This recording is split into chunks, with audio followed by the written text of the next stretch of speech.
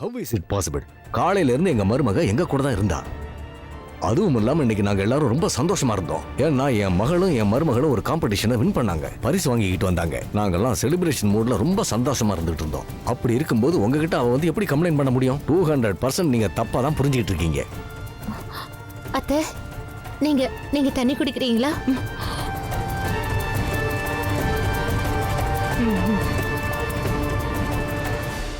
ரோஷினி எப்படி பண்ண மாட்டான்னு நீங்க ரொம்ப சரியா தான் சொன்னீங்க. அந்த அப்பாவி பொண்ணால இவங்களை எதிர்த்து எதுவுமே செய்ய முடியல. ஒரு கொத்தடிமை மாதிரி அவளை வச்சிருந்தாங்க. அந்த பயத்தாலதான் அவளால எந்த கம்ப்ளைண்டும் பண்ண முடியல. தனக்கு எப்படி காயம் ஏற்பட்டுச்சுங்கிற உண்மையை அவ சொல்லவே இல்லை.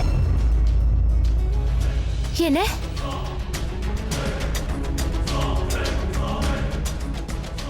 நீங்க ரொம்ப பவர்ஃபுல்லான ஆளுங்கிறதால எது சொன்னாலும் மாத்துருவீங்கிறது அவளுக்கு தெரியும். அதையெல்லாம் புரிஞ்சுக்கிட்டுதான் அவ அம்மாவே இந்த கம்ப்ளைண்ட கொடுத்திருக்காங்க. Wow, Inspector, wow. It's amazing. Fabulous. Absolutely fantastic. எந்த பொண்ணுக்கு பிசிக்கல் வயலன்ஸ் நடந்திருக்குன்னு சொல்றீங்களோ அந்த பொண்ணுடைய கம்ப்ளைண்ட் நேரடியா உங்க கைக்கு கிடைக்கவே இல்ல. கொடுத்த கம்ப்ளைண்ட் உண்மையா பொய்யான்னு கூட கொஞ்சம் கூட விசாரிக்காம எங்க வீட்ல இருக்க எல்லாரையும் குண்டு கட்ட அப்படியே தூக்கிட்டு வந்துட்டீங்களா? நாங்க அவமானப்படணும், 4 பேர் மதியில தலை குனினுங்கிறதுக்காக கூட அவங்க பண்ணிருக்கலாம். எங்க குடும்ப மானத்தை பத்தி கொஞ்சம் கூட அவங்க கவலையே படல. ஆனா நீங்க விசாரிக்காம எடுத்த ஆக்ஷன் ரொம்ப கேவலமான விஷயம். கத்துறதுனால எந்த பிரயோஜனமும் இல்ல. இங்க உட்கார்ந்து இருக்கவங்க எல்லாம் பைத்தியக்காரங்க இல்ல. எங்க வேலையை எங்களுக்கே கத்து தரீங்களா? நீங்க சாட்சியை பார்க்க விரும்புறீங்களா? சாட்சியை பார்த்தா தானே உங்களுக்கு புரியும். பாருங்க, இந்த போட்டோவை பாருங்க, நல்லா பாருங்க. யாருன்னு தெரியுதா?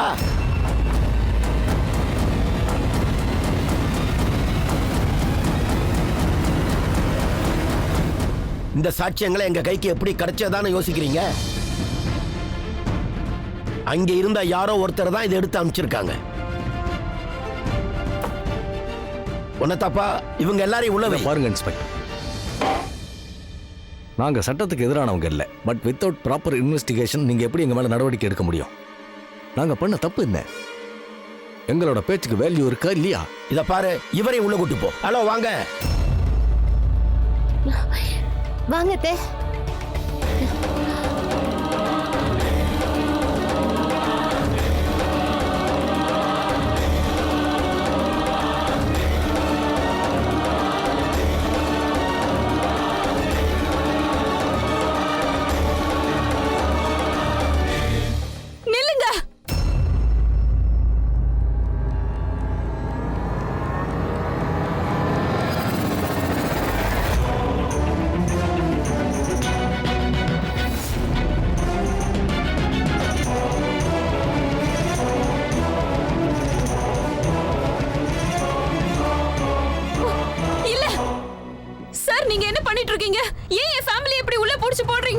ஆமா, நீங்க யாரு? நான் ரோஷினி குரானா, இந்த ஃபேமிலியோட மருமக.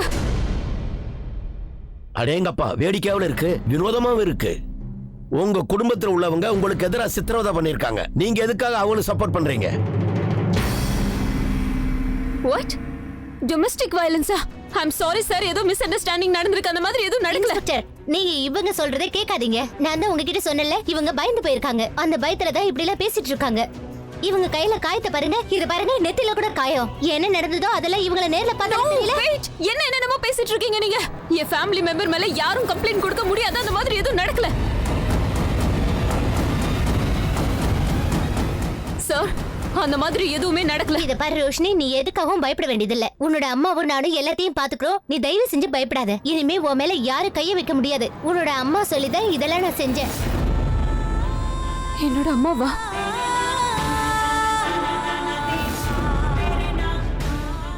என்னோட அம்மா சொன்னாங்களா?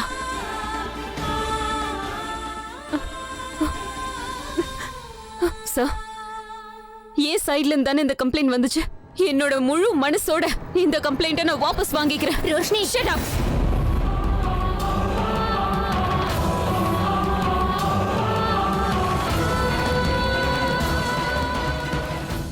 என்னை யாரும் டார்ச்சர் பண்ணல, என்னை யாரும் சித்திரவதை பண்ணல. என் ஃபேமிலில இருக்க எல்லாரும் நிரபராதிங்க. இது வரைக்கும் அவங்க எனக்கு எந்த கஷ்டமும் கொடுத்ததில்ல. தயவு செஞ்சு அவங்கள வெளியே விடுங்க. நான் சைன் பண்ண ரெடியா இருக்கேன்.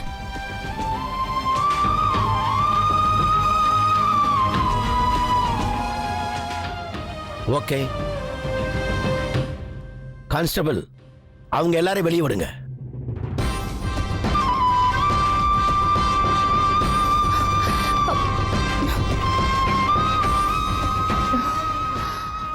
Sorry inspector. எல்லாத்தையும் சால்வ் பண்ணிட்டேன். ஓகே, நீங்க போலாம்.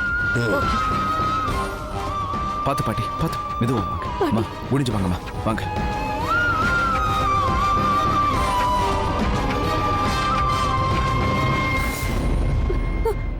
சித்தார்த், தெரியும் தெரியும், எனக்கு தெரியும்.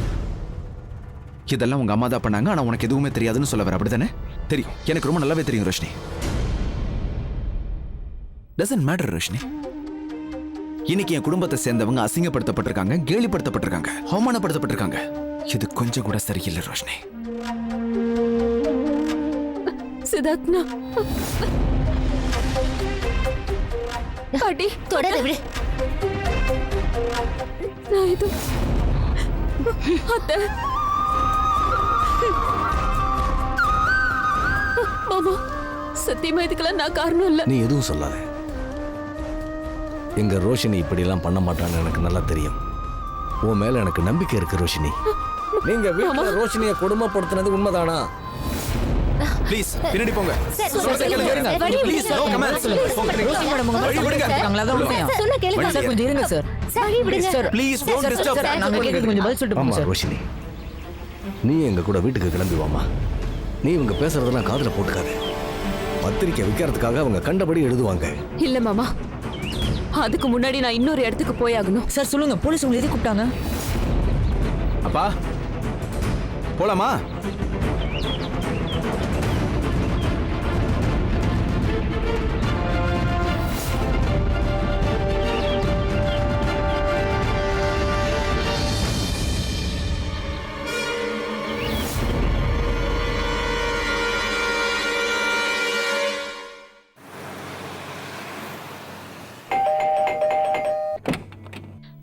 வாமா ரோஷினி. உங்க பொண்ணு எங்க இருக்காங்க? துர்கா, டிடி,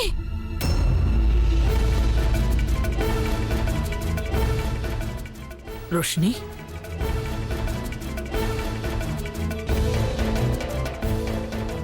இங்க என்ன நடந்துட்டு இருக்கு? என்ன ஆச்சுமா? ஒண்ணும் தெரியாத மாதிரி கேக்குறீங்க. என்ன ஆச்சுன்னு உங்களுக்கு நல்லாவே தெரியும்ல.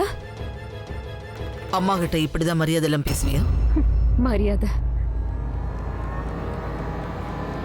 மரியாதை ஒண்ணுதான் கேடா.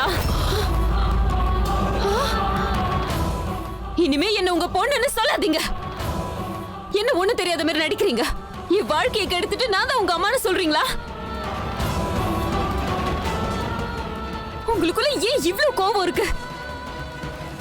இன்னும் எவ்வளவு நாளைக்கு இதே மாதிரி பழி வாங்கிட்டே இருக்க போறீங்க? உங்க வாழ்க்கையில குறுக்கிடுற ஒவ்வொரு மனுஷனையும் நீங்க அழிச்சிருவீங்களா? எதுக்காக இப்படி பண்ணீங்க? சாப்பிடாம பசியில இருந்த உங்க பொண்ணுக்கு ஒரு அப்பா மாதிரி வந்து சாப்பாடு ஊட்டி விட்டாரே, அவரை பிடிச்சி ஏன் ஜெயில போட்டீங்க? மறுபடியும் தன்னோட குடும்பத்தோட வந்து சந்தோஷமா இருக்கலாம்னு நினைச்சேன். ஆசையோட வந்து அந்த பாட்டி என்ன பண்ணாங்க உங்களை? அந்த வயசானவங்கள இந்த மாதிரி ஜெயிலுக்கு அனுப்ப உங்களுக்கு எப்படி மனசு வந்துச்சு? சொல்லுங்க. இதனால உங்களுக்கு என்ன கிடைச்சது? என்ன சந்தோஷம் கிடைச்சது இதால? இப்போ உங்களுக்கு சந்தோஷமா? சந்தோஷம் தான், ரொம்ப சந்தோஷம் கிடைச்சது.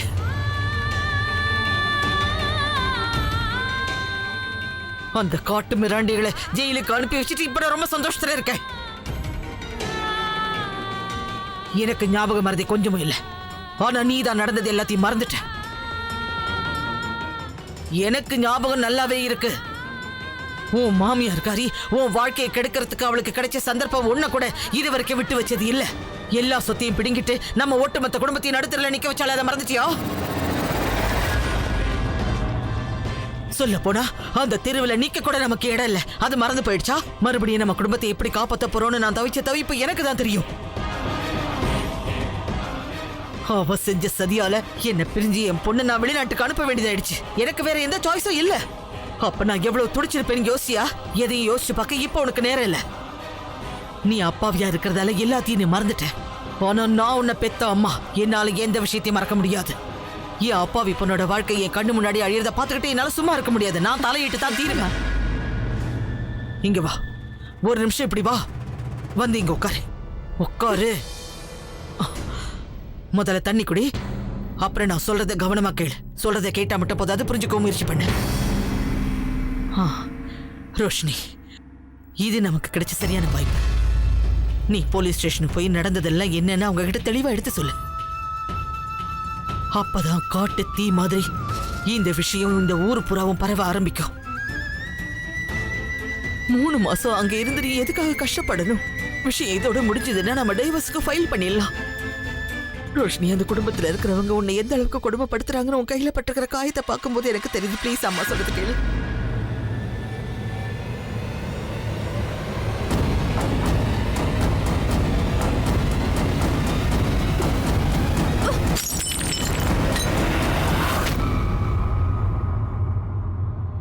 இதுக்காக தான் இப்படி எல்லாம் பண்ணீங்களா? ஜாக்கிரதை, கண்ணாடி குத்திர போது. காயம் பட்டுருமா? இந்த காயத்துக்காக தான் இப்படி எல்லாம் பண்ணீங்களா? காம்படிஷன்ல கலந்துக்கும் போது என்னோட அஜாக்கிரதையால தான் இந்த காயம் நடந்துச்சு. யாரும் என்ன காயப்படுத்தல. உங்களோட மூளைக்கு இதெல்லாம் ஏட்டாதா? எல்லாத்தையும் நீங்களே முடிவு பண்ணிக்கிறீங்க. உங்களுக்கு யாரு புரிய வைக்கிறது? ஒரு தடவை என்கிட்ட கன்ஃபார்ம் பண்ணிருக்கலாம்ல. மாம், உட்காருங்க. அம்மா, என்னோட மாமனார் இருக்காருல்ல, அவர் என்ன பெத்த பொண்ணு மாதிரி பாத்துக்கிறாரு. நான் ஒரு நல்ல மருமகளா என்னையே நான் உருவாக்கிக்க முடியும்னு அவர் என் மேல வச்ச நம்பிக்கையால மட்டும்தான் எனக்குள்ள ஒரு தைரியம் வந்துச்சு. ஆனா இப்ப நீங்க அவங்க மேல போட்டிருக்க இந்த பழியால என்ன விளைவுகள் ஏற்பட்டிருக்குன்னு தெரியுமா? ஒரு பொம்பளை தனியா நின்னு வளர்த்த பொண்ணு கடைசியா இப்படிதான் இருப்பாளான்னு உலகம் என்ன கேள்வி கேட்கும். மாம், எதுக்காக இப்படி பண்ணீங்க? ஏன் இந்த மாதிரி பண்ணீங்க? நான் உனக்கு என்னமா தப்பு செஞ்சேன்? உனக்கு என்ன ஆச்சு ரோஷினி? நான் எந்த காலத்திலயும் மூட நம்பிக்கைக்கு அடிமையானதே கிடையாது. ஆனா இப்ப எனக்கு நம்பிக்கை வந்துருச்சு. அவங்க உன்னை ஏதோ வசியம் பண்ணிருக்காங்க. ரோஷினி, உன்னை பெத்த நான் சொல்றதுல உனக்கு நம்பிக்கை? கடவுளே, பாட்டி என்னடா உனக்கு? Can't believe this. I can't believe this. ஆத்தப்படாத. பாட்டி, நீங்களாவது மா, நீங்க என்ன செஞ்சிருக்கீங்கன்னு உங்களுக்கு தெரியுதா? நீங்க சொன்ன பொய்யால உண்மையிலேயே மாமியாரால கொடுமைப்படுத்தப்படுற மருமகள்கள் அவங்களுடைய போராட்டங்கள் கேவலப்படுத்தப்பட்டுருச்சு.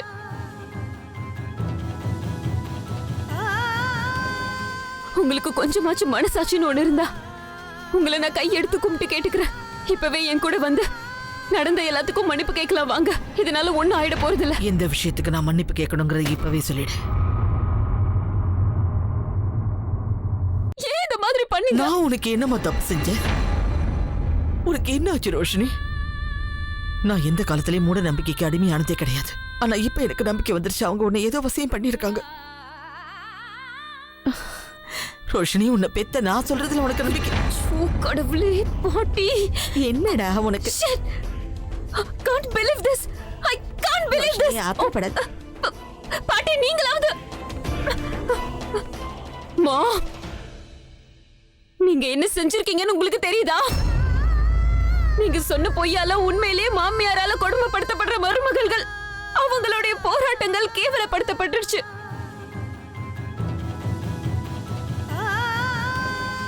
உங்களுக்கு கொஞ்சமாச்சும் மனசாட்சின்னு ஒண்ணு இருந்தா உங்களை நான் கையெடுத்து கும்பிட்டு கேட்டுக்கிறேன். இப்பவே என் கூட வந்து நடந்த எல்லாத்துக்கும் மன்னிப்பு கேட்கலாம் வாங்க. இதனால ஒண்ணும் ஆயிட போறது இல்ல. எந்த விஷயத்துக்கு நான் மன்னிப்பு கேட்கணுங்கிறத இப்பவே சொல்லிடு. என் வீட்டை விட்டு என்ன வெளியேற்றுறதுக்காகவா? இல்ல என் பிசினஸ் என்கிட்ட இருந்து பறிச்சதுக்காகவா? அடுத்த வேளை சாப்பாட்டுக்கும் அடுத்தவங்களை நம்புற நிலைமைக்கு நம்மளை கொண்டு வந்தாங்களே, அதுக்காகவா? எதுக்காக நான் மன்னிப்பு கேட்கணுங்கிறத தெளிவா என்கிட்ட சொல்லிடுமா? ஓகே, சரி, நீங்க உங்களோட வழியில போங்க, நான் என்னோட வழியில போறேன்.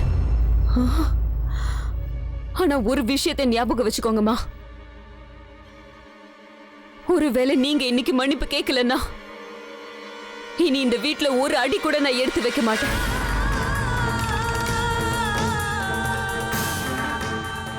வேண்டா ரோஷினி. அம்மாடி ரோஷினி, நான் உங்க பொண்ணுன்னு சொல்ற உரிமையை மறுபடியும் நீங்க எழுந்துட்டீங்க. இதனால நாளைக்கு நீங்க உங்க பொண்ணையே கூட இழக்கிற நிலைமை வரும். நல்லா யோசிச்சுக்கோங்க. அப்படி சொல்லாத மரோஷினி, சொல்றத கேளுமா. போதுமா? நீ நினைச்சதை சாதிச்சிட்டியா? உன் மனசு இப்பவாத குளிர்ந்ததா? நீ செய்யறத பார்த்து கோவப்படுதா இல்ல உன் நிலையை பார்த்து அழுவுறதான்னு எனக்கு எனக்கு ஒண்ணுமே புரியல. ஏன்னா நீ சுமத்துற ஒரு பொய்யான குற்றச்சாட்டாலே இன்னைக்கு உன் பொண்ணே உன்னை வெறுத்து போயிட்டா. எப்படியோ ஏன் பேத்தி இனிமே நல்லா இருப்பா. ஏன்னா தன் குடும்பத்தை எப்படி பராமரிக்கிறது, அந்த உறவுகளோடு எப்படி ஒத்து போகிறதுன்ற விஷயத்த அவ நல்லா தெரிஞ்சுக்கிட்டா. பொண்ணா பிறந்தவ எங்க வாழணுங்கிறத புரிஞ்சுக்கிட்டு அவ போயிருக்கா. ஏன்னா அவ அம்மா மாதிரி அவ இல்ல.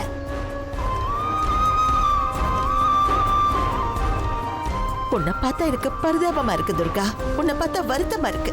ஏன்னா உன்னோட கிரிமினல் புத்தியோட நீ செய்யற ஒவ்வொரு தப்பான விஷயத்துக்கும் சரியான தண்டனையை உனக்கு தான் கடவுள் தர்றாரு.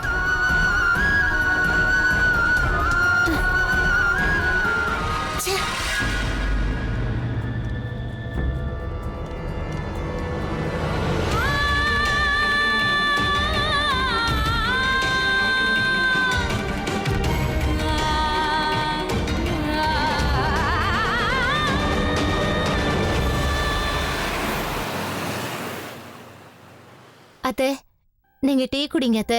எனக்கு ரொம்ப அவமானம் ஆயிடுச்சு. நினைக்கவே ரொம்ப வேதனையா இருக்கு. என் வாழ்க்கையில நான் ஒரு நாள் கூட அனுபவிக்காத விஷயத்த இன்னைக்கு நான் அனுபவிச்சுட்டேன். இங்க பாருங்கம்மா, நீங்க தயவு பண்ணி டென்ஷன் ஆகாதீங்க. நீங்க போய் உங்க ரூம்ல ஓய்வெடுங்க, எல்லாம் சரியாயிடும். நான் பாத்துக்கிறேன். இல்லப்பா, எனக்கு எங்க போகவும் விருப்பம் இல்ல. நான் பண்ண கொடுமை என்னன்னு தெரிஞ்சுக்கிற வரைக்கும் இந்த இடத்தை விட்டு நான் எங்கேயும் போக மாட்டேன்.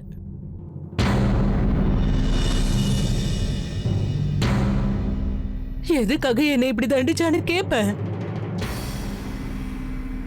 உங்க கேள்விகளுக்கு பதில் சொல்ல வந்துட்ட பாட்டி.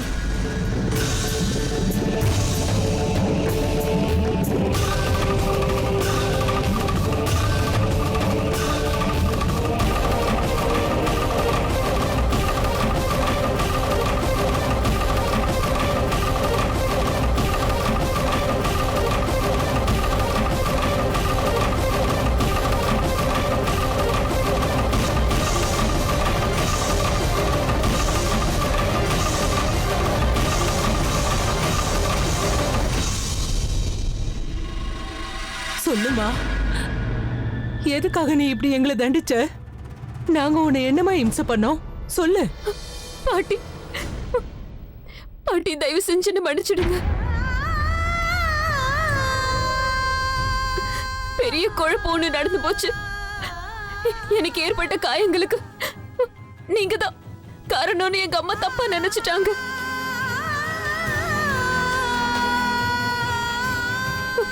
நடந்த எல்லா விஷயத்துக்கும் எல்லா தப்புக்கும் நானே பொறுப்பேத்துக்கிற பாட்டி. என்ன மன்னிச்சிடுங்க பாட்டி.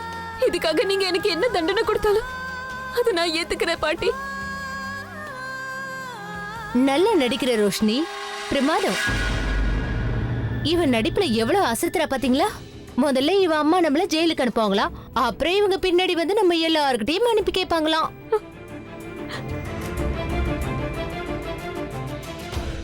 அம்மாவும் பொண்ணு சேர்ந்து நம்ம உயிரை எடுத்துட்டு இருக்காங்க. நான் அவங்க எல்லாரையும் கூண்டோட ஜெயிலுக்கு அனுப்பிக்கிறேன், நீ போய் மன்னிப்பு கேட்கிற மாதிரி கேளுமான்னு அனுப்பி வச்சிருக்கான். இப்படி எல்லாம் நடந்திருக்கலாம் இல்லைங்க பாட்டி? நீங்க ஏன் எதுவும் பேச மாட்டேங்கிறீங்க? ப்ளீஸ் பேசுங்க பாட்டி. அவங்க கிட்ட மன்னிப்பு கேட்கறதுக்கு எந்த அவசியமும் இல்ல ரோஷினி. அத்தை உன்னை கோபுரம் மேல உட்கார வச்சிருந்தாங்க, நான் உன்னை மகாராணி மாதிரி பாத்துக்கிட்டேன். ஆனா நீ இவங்களை கூட்டிட்டு போய் ஜெயில உட்கார வைப்பியா? என்ன சீட் ரோஷினி, இப்பாவது புரிஞ்சுக்கிட்டியா?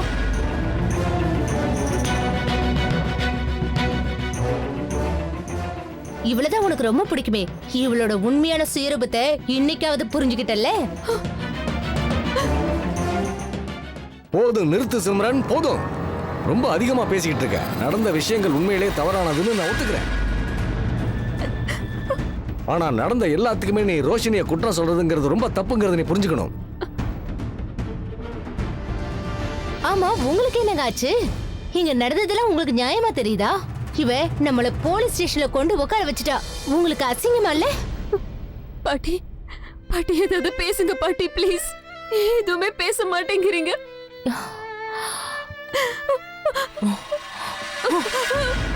அம்மா ரோஷினி, நீ எதுக்கும் கவலைப்படாதம்மா. மத்தவங்க புரிஞ்சுக்கிறதுக்கு கொஞ்சம் நேரம் ஆகும், அப்புறம் எல்லாம் சரியாயிடும்.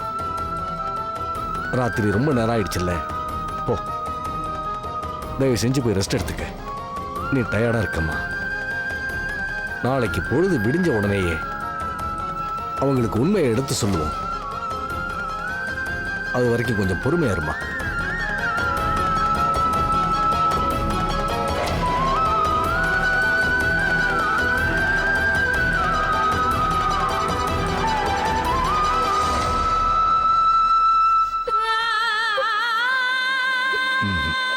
அழக்கூடாதுமா.